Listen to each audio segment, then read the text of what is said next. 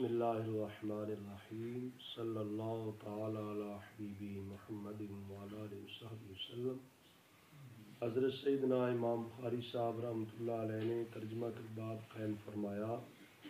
باب تسویۃ الصفوف عند الاقامۃ وبعدہا، جس کا مطلب یہ ہے کہ صفوں کو برابر کرنا، درست کرنا اقامت کے وقت، وبعدہا اور اقامت ہو جانے کے بعد نماز شروع کرنے سے پہلے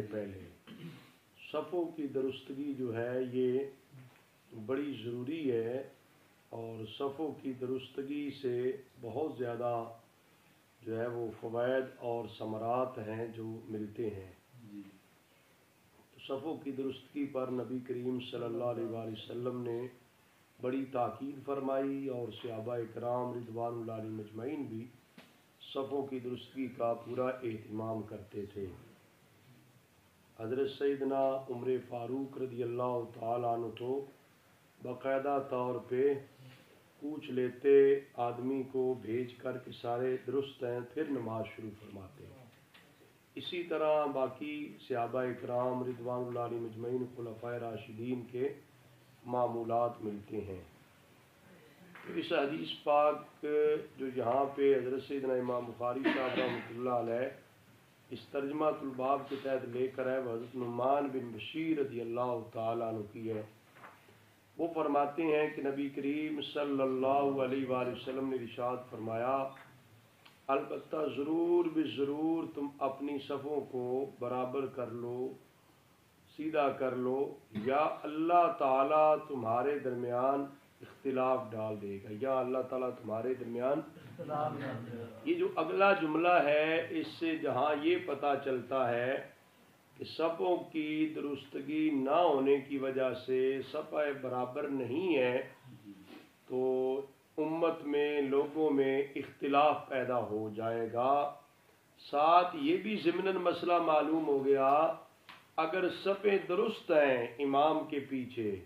استقبال قبلہ میں امام کے پیچھے ڈسپلن کے ساتھ پوری کوشش کے ساتھ کھڑے ہیں، برابر ہو کر سیدھے ہو کر، تو اللہ تعالیٰ اس کی برکت سے ان کے دلوں میں محبت اور پیار بھی داخل کر دے گا۔ جہاں صفیں درست اور برابر نہ کرنے کی وجہ سے بغض و عناد پیدا ہونے کا خطرہ ہے، اختلاف پیدا ہونے کا خطرہ ہے، تو صفوں کے درست رکھنے سے مودت و محبت کے پیدا ہونے کا بھی، باہمی الفت اور پیار جنم لینے کا بھی فائدہ ضرور موجود ہے۔ تو یہ سرکار دو عالم صلی اللہ علیہ وسلم نے نماز کی صفوں کی درستگی کے حوالے سے ارشاد فرمایا، جس سے پتہ چلتا ہے کہ نماز کی صفوں کا درست رکھنا بھی ضروری ہے۔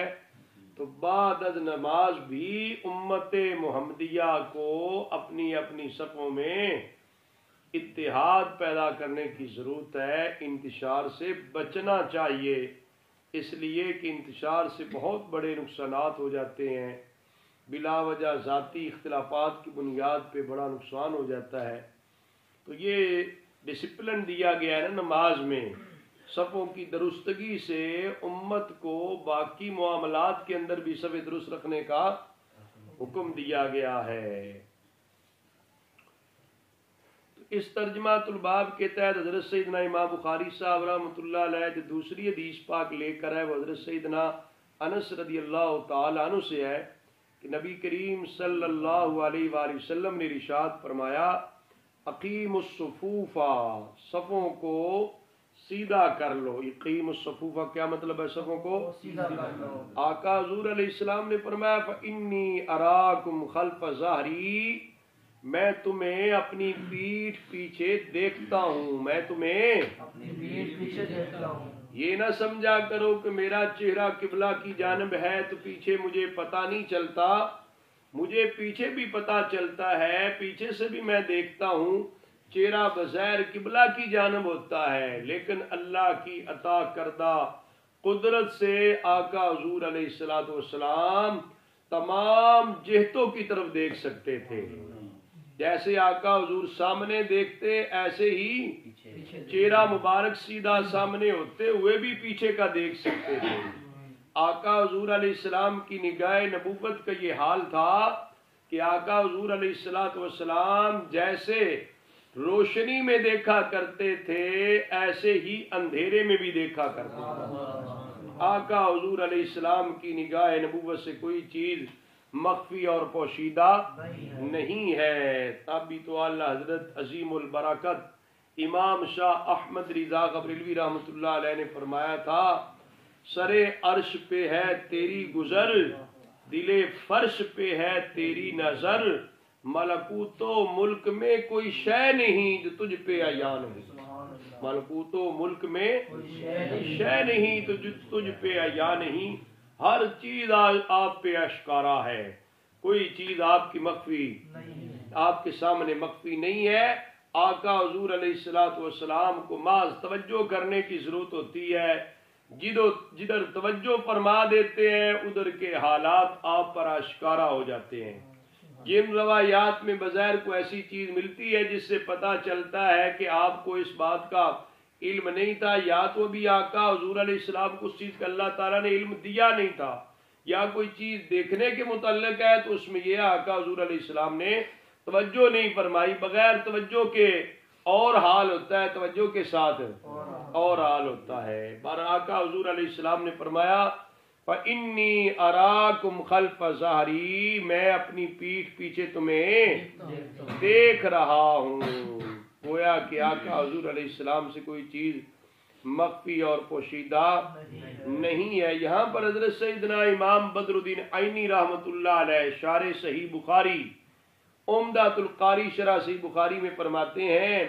کان صلی اللہ علیہ وسلم یری فی الظلام کما یری فی الضوء، آقا حضور علیہ السلام اندھیرے میں بھی ایسے ہی دیکھتے جیسے روشنی میں دیکھتے تھے۔ اور یہاں پر ایک وہ نقطہ بھی عرض کرتے ہیں جس بات کی طرف میں توجہ دلانا چاہوں گا، یہ جو حضور علیہ السلام نے فرمایا نا میں اپنی پیٹھ پیچھے تمہیں دیکھتا ہوں، صفیں سیدھی رکھا کرو، رکوع سجود ٹھیک کیا کرو، میں دیکھتا ہوں۔ اب اس دیکھنے سے مراد امام عینی رحمۃ اللہ علیہ کہتے ہیں، کچھ اہل علم نے کہا جی اس سے مراد جاننا ہے۔ دیکھنے سے مراد کیا ہے؟ جاننا، علم کا ہونا۔ تو امام بدر الدین عینی رحمۃ اللہ علیہ نے بڑی پیاری بات کی، جاننے کا مطلب یہ ہوا کہ حضور جانتے تو ہے پیچھے کیا ہو رہا ہے، دیکھ نہیں سکتے، سمجھ آ رہی ہے؟ دیکھنے کا مطلب یہ ہے کہ آقا حضور دیکھ رہے ہیں، چہرہ مبارک سیدھا ہے قبلہ کی جانب، لیکن پیچھے والے لوگوں کے حالات سے آپ واقف ہیں، آپ دیکھ رہے ہیں۔ تو امام بدر الدین عینی رحمۃ اللہ علیہ نے یہاں پہ فرمایا ھذا تأویل لا حاجۃ الیہ، یہ جو تعویل کر رہے ہیں نا کہ دیکھنے سے مراد جاننا ہے، اس کی کوئی ضرورت تو نہیں ہے، اور دیکھنے سے مراد ہے جاننا کچھ اہل علم نے لیا نا، تو امام بدر الدین عینی رحمۃ اللہ علیہ کہنے لگے اس کی کوئی حاجت اور کوئی ضرورت نہیں، کہتے بل حمل ذلک علی ظاہرہ اولا،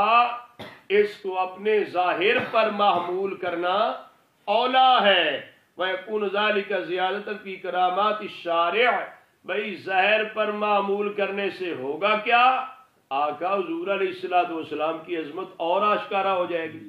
لوگوں کو پتہ چل جائے گا کہ آقا حضور کی شان مبارک یہ ہے، اس چہرہ مبارک سامنے ہوتا ہے، پیچھے کے حالات سے بھی آپ اسی طرح ہی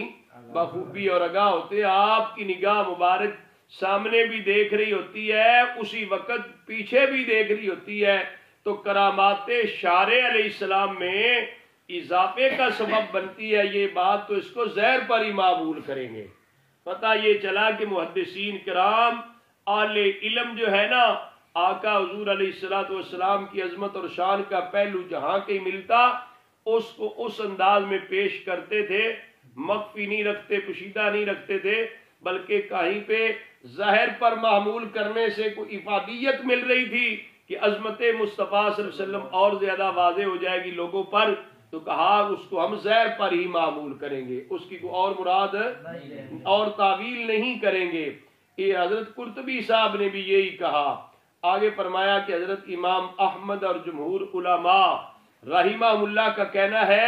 ھذ رؤیت العین حقیقتا ولا مان له من جہت العقل، وورد الشرع به فوجب القول به۔ امام عینی رحمۃ اللہ علیہ فرماتے ہیں بھائی یہاں دیکھنے سے مراد جمہور کے نزدیک اور امام احمد رحمۃ اللہ علیہ کے نزدیک دیکھنے سے مراد حقیقی دیکھنا ہے، دیکھنے سے مراد، اور اس رؤیت سے مراد رؤیت العین حقیقتاً، حقیقتاً آنکھ سے دیکھنا ہے۔ بھائی آنکھ تو سامنے دیکھ سکتی ہے، پیچھے تو نہیں دیکھ سکتی، بھائی وہ اوروں کی نگاہ ہے جو صرف سامنے دیکھتی ہے۔ نگاہ مصطفیٰ صلی اللہ علیہ وسلم جیسے سامنے دیکھتی ہے اسی لمحے پیچھے بھی ایسے ہی دیکھ رہی ہوتی ہے،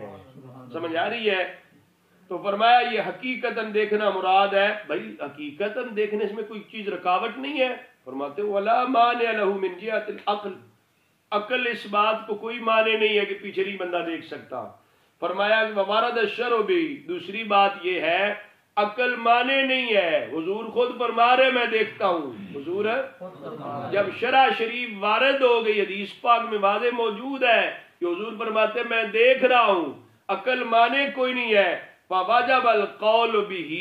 یہی بات کہنا اور ماننا ضروری ہو گئی، یہ بات کہنا اور ماننا ضروری ہو گئی۔ کسی تعویل کی کوئی حاجت و ضرورت، تعویل نہ کی جائے کہ دیکھنے سے مراد جاننا ہے، جی جاننا تو پہلے بھی ہو سکتا ہے بعد میں بھی ہو سکتا ہے، دیکھنا اسی لمحے آقا حضور علیہ السلام سامنے دیکھ رہے ہوتے تو اسی لمحے آپ پیچھے بھی دیکھ رہے ہوتے۔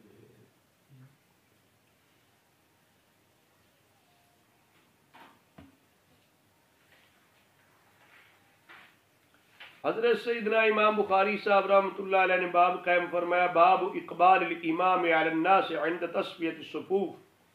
بھائی صفوں کے درست کرتے وقت امام صاحب کو چاہیے لوگوں کی طرف متوجہ ہوں، لوگوں کی طرف لوگوں کی طرف متوجہ ہوں تاکہ صفیں دیکھ لیں، چیک کر لیں برابر ہو گئی ہیں، ٹھیک ہو گئی ہیں۔ اس ترجمہ الباب کے تحت حضرت انس بن مالک رضی اللہ تعالی عنہ کی روایت آئی، آپ نے فرمایا اقیمت الصلاۃ، نماز کے لیے اقامت کہی گئی، فاقبل علینا رسول اللہ صلی اللہ علیہ وسلم بوجہ، تو رسول اللہ صلی اللہ علیہ وسلم اپنے مبارک چہرے کے ساتھ ہماری طرف متوجہ ہوئے۔ آپ نے فرمایا اقیموا صفوفکم وتراصوا، صفیں برابر کر لو اور آپس میں باہم مل کے کھڑے ہو جاؤ، صفیں برابر کر لو اور آپس میں درمیان میں خلل نہ ہو، فاصلہ زیادہ نہ ہو۔ فرمایا فإنی اراکم من وراء ظہری، بے شک میں تمہیں اپنی پیٹھ پیچھے دیکھتا ہوں، دیکھ رہا ہوں۔ تو یہ ترجمہ الباب یہ تھا نا کہ جب صفیں برابر ہو رہی ہیں، سیدھی ہو رہی ہیں، کیا کیا جائے؟ امام صاحب متوجہ ہو کے دیکھے، آقا حضور علیہ السلام نے دیکھا۔ آگے ترجمہ الباب باب الصف الاول، پہلی صف کے بارے میں۔ یہ پیچھے بھی حدیث پاک آپ پڑھ چکے ہیں پہلی صف کی فضیلت کے بارے میں۔ آقا حضور علیہ السلام نے فرمایا اگر لوگ جانتے ہوتے صف اول میں کیا فضیلت ہے، اور عشاء کی نماز میں لوگ کیا آتے بھائی گھسٹتے آتے، سمجھ آ رہی بھائی، اور صف اول کی فضیلت و عظمت جان لیتے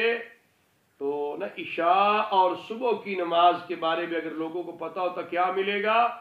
تو گھسٹتے آتے۔ اگر صف مقدم، صف اول، پہلی صف میں آقا حضور علیہ السلام جانتے ہوتے کہ کیا فضیلت ہے تو قرعہ اندازی کیے بغیر لوگ پہلی صف میں نہ بیٹھ سکتے، اتنا رش ہوتا، ہر کوئی کہتا میں نے بیٹھنا ہے، نتیجتاً کیا کرنا پڑتا؟ قرعہ اندازی کرنا پڑتی۔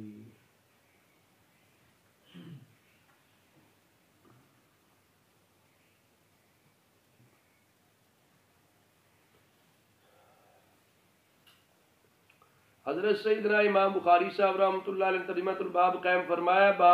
باب اقامت الصف من تمام الصلاۃ، صفوں کا سیدھا کرنا کیا ہے بھائی؟ نماز کیا تکمیل، نماز کی تکمیل ہے، نماز کی نماز کا مکمل کرنا ہے۔ صفوں کی درستگی میں کیا ہے بھائی؟ نماز کا مکمل کرنا ہے۔ حضرت سیدنا ابو ہریرہ رضی اللہ تعالی عنہ کی روایت ہے کہ نبی کریم صلی اللہ علیہ وسلم نے ارشاد فرمایا انما جعل الامام لیؤتم به، امام بنایا جاتا ہے کہ اس کی اقتداء کی جائے۔ تو امام کے ساتھ اختلاف نہ کرنا، جب وہ رکوع کرے تو رکوع کرنا، جب پڑھے سمیع اللہ لمن حمیدہ تو تم ربنا لک الحمد پڑھنا، جب وہ سجدہ کرے تو سجدہ کرنا۔ تو جس وقت وہ نماز پڑھے بیٹھ کے، تم بھی سارے بیٹھ کے نماز پڑھنے، اس پر بات ہو چکی ہے کہ یہ پہلے کی ہے، آخری نماز آقا حضور علیہ السلام کی بیٹھ کر تھی جب کہ مقتدی حضرات کھڑے تھے۔ اور نماز میں صفوں کو درست رکھنا، فإن إقامة الصف من حسن الصلاة، کیونکہ صفوں کو درست رکھنا کیا ہے بھائی؟ نماز کا حسن ہے، نماز کا۔ اور اسے حسن کے لفظ سے یہ پتہ چلتا ہے کہ نماز تو ہو ہی جائے گی، لیکن یہ ہے کہ حسن خوبصورتی میں بندے کو جو کمال ہوتا ہے نا، وہ باقی حسن کے بغیر نہیں ہوتا۔ تو یہ نماز کی خوبصورتی اس میں ہے، لہذا صفوں کو درست کیا جائے تب جا کر نماز مکمل ہوگی۔ اگلی بھی حضرت انس رضی اللہ تعالی عنہ سے روایت کہ نبی کریم صلی اللہ علیہ وسلم نے فرمایا سووا صفوفکم فإن تسویۃ الصفوف من اقامۃ الصلاۃ، صفوں کو برابر کر لو، کہ صفوں کا برابر کرنا نماز کے درست کرنے کا ہے، نماز کو قائم کرنا اور سیدھا کرنا۔ صفیں درست ہے تو نماز بھی ٹھیک ہے، صفیں درست ہے تو نماز ہے، صفیں درست نہیں ہے تو نماز بھی ٹھیک نہیں ہے، کامل نہیں ہے اس طرح۔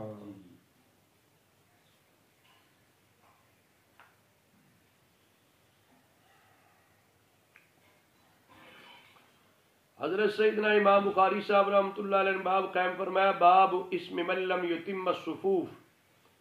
اس شخص کے بارے میں جو صفیں پوری نہ کرے اس کو گناہ کیا، اس کو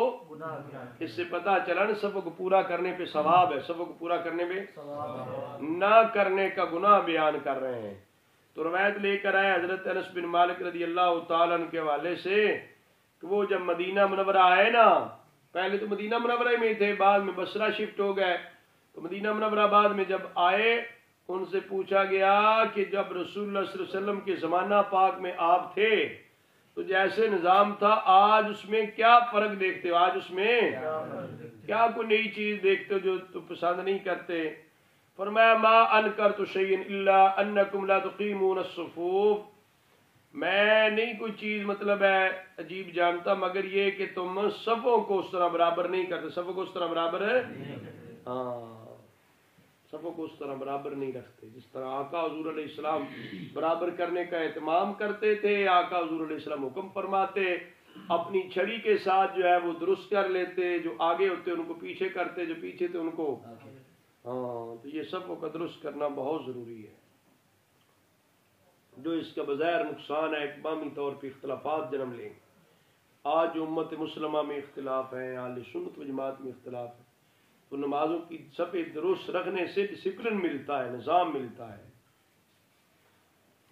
اگلا باب ہے جی باب الزاق المنکب بالمنکب والقدم قدم بالقدم فی الصف، کندھے سے کندھا ملانا اور قدم سے قدم ملانا صف میں۔ حضرت نعمان بن بشیر رضی اللہ عنہ فرماتے ہیں میں نے ایک آدمی کو دیکھا تو وہ کندھے اپنا ٹخنے سے ٹخنا ملائے، ٹخنے سے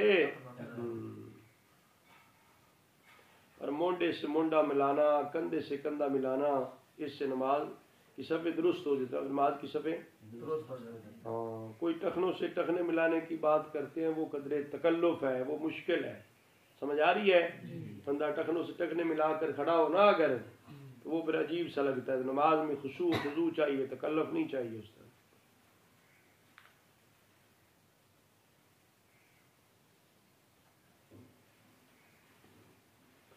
اس ترجمہ الباب کے تحت روایت لے کر حضرت انس رضی اللہ تعالی عنہ فرماتے نبی کریم صلی اللہ علیہ وسلم نے فرمایا اقیموا صفوفکم فانی اراکم من وراء ظہری، اپنی صفوں کو درست کر لو، میں تمہیں پیچھے سے بھی دیکھتا ہوں۔ اور ہم میں سے کوئی ایک اپنے کندھے سے کندھا ملاتا، اپنا کندھا اپنے ساتھ والے دوست کے ساتھ ملاتا، اپنا کندھا اپنے ساتھ والے دوست کے ساتھ ملاتا، ہاں، اور قدم جو ہے نا اس کے قدم کے ساتھ، قدم جو ہے اس کے، یہ قدر تکلف ہو جاتا ہے، مشکل ہو جاتا ہے۔ نماز کی صحیح حالت جو خشوع و خضوع والی بنتی ہے وہ فقہ حنفی کے مطابق بنتی ہے، سمجھ آ رہی ہے؟ تو یہ گویا کہ صفوں کو متصل اور برابر کرنے میں مبالغے کے طور پر یہ بیان کر دیا گیا کہ ٹخنوں سے ٹخنا ملائے، ورنہ ایسے نہیں ہے، ورنہ ایسے اگلا باب ہے بھی جب آدمی امام کے بائیں جانب کھڑا ہو تو امام اس کو پیچھے سے اپنے دائیں جانب کر لے تو نماز پوری ہے، نماز ٹھیک ہوگی، چونکہ عمل قلیل ہے، عمل قلیل سے نماز نہیں ٹوٹتی۔ اس کے تحت روایت لے کر آئے کہ حضرت ابن عباس رضی اللہ عنہما سے ان فرمایا میں نبی پاک صلی اللہ علیہ وسلم کے ساتھ نماز پڑھی ایک رات، فقمت عن یساری، آقا حضور علیہ السلام کے یسار میں میں کھڑا ہوا تو رسول اللہ صلی اللہ علیہ وسلم نے اپنے سر مبارک سے میرے پیچھے سے جو ہے وہ ہاتھ کر کے مجھے پیچھے سے دوسری طرف موڑ دیا، مجھے دائیں جانب کر دیا، بائیں سے اور نبی پاک صلی اللہ علیہ وسلم نماز پڑھائی، وراقدہ اور بیدار رہے۔ پھر مؤذن آپ کے پاس آئے، وہ کھڑے ہو کے نبی پاک صلی اللہ علیہ وسلم نماز پڑھائی، پھر سو گئے، راقدہ لیٹ جانا ہے نا، نماز پڑھی، آقا حضور علیہ السلام نے رات کی جو نماز پڑھتے پھر لیٹ گئے تو مؤذن آئے بلانے، وہ کھڑے ہو گئے، کھڑے ہو کر نماز پڑھائی آقا حضور علیہ السلام نے، تو وضو نہیں فرمایا، پہلے وضو دوبارہ وضو کی ضرورت نہیں ہے۔ حضرت سیدنا امام بخاری صاحب رحمۃ اللہ علیہ ترجمۃ الباب قائم فرمایا، المرأۃ وحدہا تکون صفا، عورت اکیلے جو ہوگی نا وہ ایک الگ صف ہے، الگ مردوں کی صف کے ساتھ نہیں کھڑی ہو سکتی، سمجھ آ رہی ہے؟ مردوں کی صف میں فقہ کی کتب میں ترتیب ہے نا صفوں کی، مرد آگے ہوں گے بالغ، پھر نہ بچے ہیں، پھر اس کے بعد جا کے خواتین کی صف ہے، تو عورت جو ہوگی وہ اکیلی بھی ہے تو پھر بھی وہ علیحدہ صف میں ہوگی، مردوں کے ساتھ صف میں کھڑی۔ یہ حضرت انس بن مالک رضی اللہ تعالیٰ کی روایت فرماتے ہیں، میں اور ایک لڑکا تھا، ہمارے گھر میں نبی پاک صلی اللہ علیہ وسلم نماز پڑھائی، ہم پیچھے تھے ایک صف میں، اور میری امی جان ام سلیم رضی اللہ عنہ جو تھی نا ہمارے پیچھے تھی، سمجھ آ رہی ہے؟ گویا کہ اکیلے تھی لیکن الگ پوری صف، الگ پوری علیحدہ تھی۔ ابن آگے پھر باب ہے، باب میمنۃ المسجد والامام،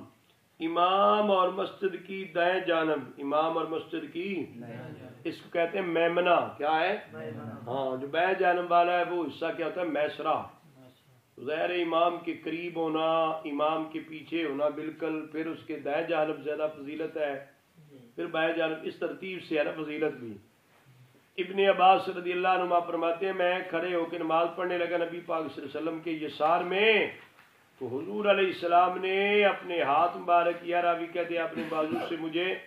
اپنے دائیں جانب کھڑا کیا اور فرمایا بیادی، ہاتھ کی اشارے کے ساتھ، من ورائی، میرے بعد ایسے ہی، میرے پیچھے آقا حضور علیہ السلام نے ابن عباس رضی اللہ عنہ کو اور بائیں جانب سے دائیں جانب کھڑا کر کے بتا دیا کہ ایسے ہی کھڑے ہونا ہے۔ پتہ چلا امام کے اکیلا آدمی، پیچھے مسئلہ یہ بیان ہو بھی گیا ہے، اکیلا ہے تو امام کے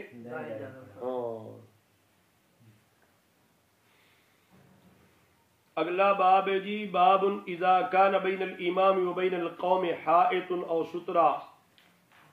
جب امام اور لوگوں کے درمیان کوئی دیوار ہو یا کوئی حائل چیز ہو یا کوئی تو اگر اس طرح کی کوئی چیز دیوار وغیرہ حائل ہے،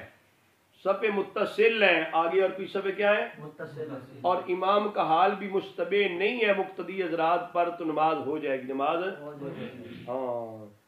آگے حضرت حسن رضی اللہ تعالیٰ عنہ کا قول مبارک لائے، فرمایا کوئی حرج نہیں کہ آپ نماز پڑھیں، آپ کے درمیان جو ہے نا، فرمایا کہ اس کے درمیان ایک نہر ہو، ایک اور مجلس کہتے ہیں کہ امام کی ابتدا کرے، اگرچہ امام دونوں کے درمیان راستہ ہو یا دیوار ہو، جب امام کی تکبیر سن رہا ہے، جب امام کی تکبیر ہے، امام کا حال مشتبہ نہیں ہے، امام کی تکبیر سن رہا ہے، اس وقت یہ ہے، تو راستے سے مراد بھی اتنا راستہ ہو جس میں بیل گاڑی نہ چل سکے، نہر اتنی ہو جس میں کشتی نہ چل سکے، سمجھ آ رہی ہے؟ ہاں تو پھر یہ ہے کہ وہ صفی اگر متصل ہے اس کے ساتھ، درمیان میں چھوٹا رستہ ہے یا چھوٹی نہر ہے، تو اس کے ساتھ نماز ہو جائے گی، نماز ہو جائے گی۔ یہ صورت میں ہے یا درمیان میں کوئی چیز حائل ہے یا دیوار ہے تو امام کا حال مشتبہ نہ ہو تو نماز۔ اور فقہاء کرام نے فرمایا یہ بھی کھلے میدان جو ہوتا ہے نا، میدان جامع کبیر ہے، مسجد کیا ہے، مسجد کبیر یا کھلے میدان کا حکم ہے۔ جہاں تک تعلق ہے چھوٹی مسجدوں میں،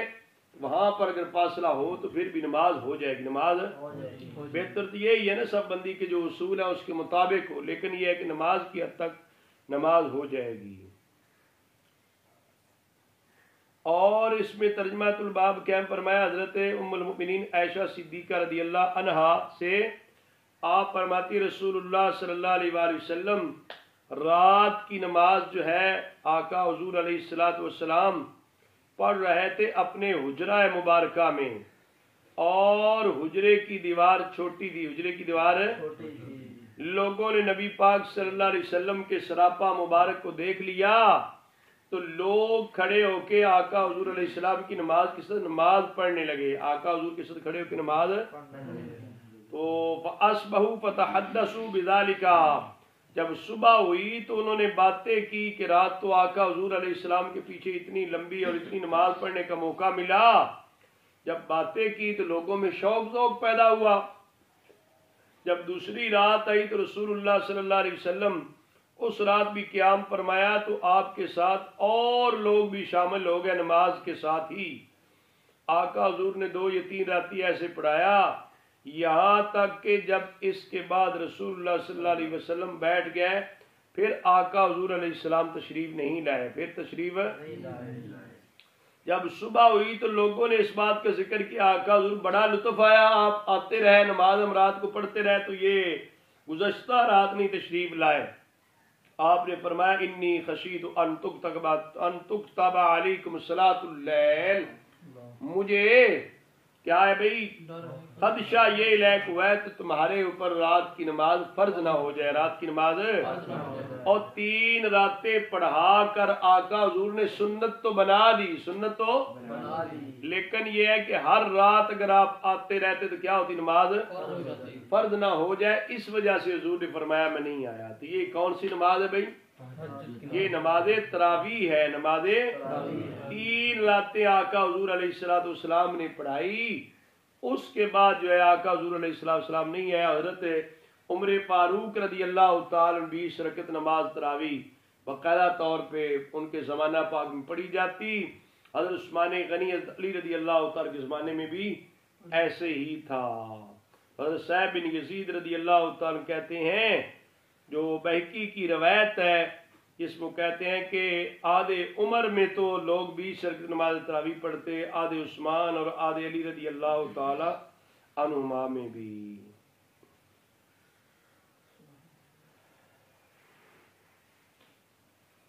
کچھ مالکی حضرات ہیں ان کا کہنا ہے کہ 36 جو ہے نا وہ رکعتیں ہیں نماز تراویح کی، ورنہ جو ہے 20 رکعت نماز تراویح کتنی ہے بھائی؟ 20 ہاں، ہے بھی رمضان المبارک میں اور ہے بھی 20 رکعت۔ جو 8 رکعت والی بات کرتے ہیں وہ روایت بیان کرتی ہے اس میں پورے سال کا شیڈول ہے، پورے سال کا، ہاں وہ بھی رات کے پچھلے پہر، رات کے ہاں بغیر جماعت کے، بغیر اس میں ایک تو پورے سال کا شیڈول نہیں ہے، یہ صرف رمضان المبارک میں ہے۔ تراویح کس میں ہوتی ہے؟ صرف اور پھر یہ ہوتی ہے کہ پورا مہینہ ہوتی ہے، ٹھیک ہے بھائی، اور اس کے علاوہ یہ ہے کہ عشاء کے بعد ہوتی ہے، عشاء کے ہاں عشاء کے بعد ہوتی ہے اور پورا مہینہ تراویح ہوتی ہے۔ یہ 20 رکعت نماز تراویح کتنی ہے بھائی؟ 20 باقاعدہ طور پہ روایت میں آتا ہے جس میں فرمایا گیا کہ حضرت صاحب بن یزید رضی اللہ صحابی رسول کہتے ہیں کہ لوگ آدھے عمر میں بھی 20 رکعت نماز تراویح پڑھتے، آدھے عثمان اور آدھے علی میں بھی اسی طرح ہی 20 رکعت۔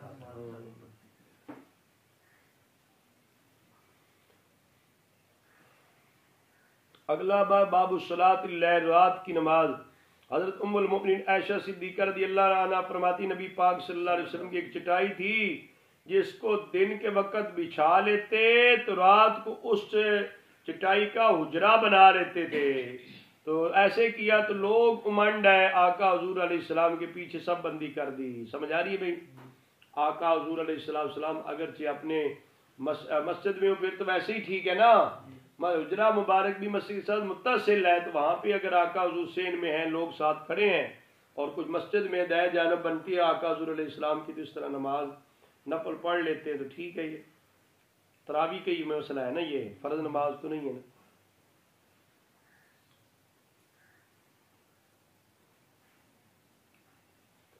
اگلی روایت میں بھی زید بن ثابت رضی اللہ تعالیٰ کہتے رسول اللہ صلی اللہ علیہ وسلم نے حجرہ مبارک بنایا. راوی کہتے میرا خیال ہے کہ چٹائی کا تھا رمضان المبارک میں، اس میں کچھ نمازیں آقا حضور علیہ السلام نے ادا فرمائی.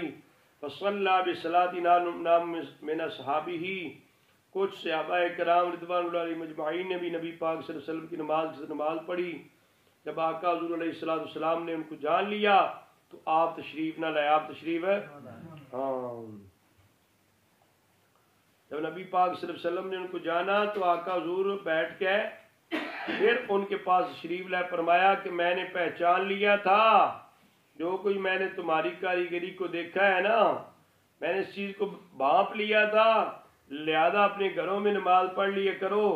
کیونکہ افضل نماز فرض کے علاوہ مرد کے لیے کہاں ہے بھائی؟ مسجد میں ہے. افضل نماز گھر میں، افضل نماز فإن افضل الصلاة صلاة المرء في بیتہ الا المکتوبہ. فرض نماز کے علاوہ مطلب کیا نکلا؟ نفل نماز جو ہے وہ سب سے بہتر کہاں پہ پڑھنا بھائی؟ گھر میں پڑھنا بہتر ہے.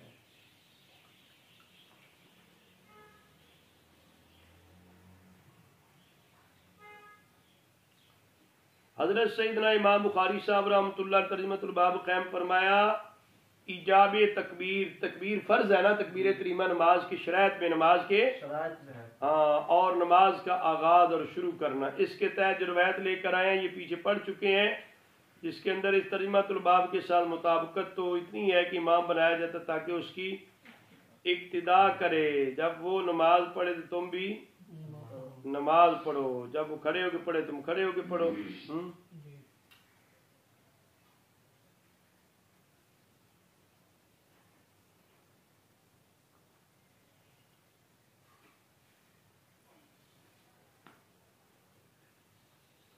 اس روایت کو آپ پیچھے پڑھ چکے ہیں اور اس سے اگلی کو بھی پڑھ چکے ہیں، دونوں روایات پہلے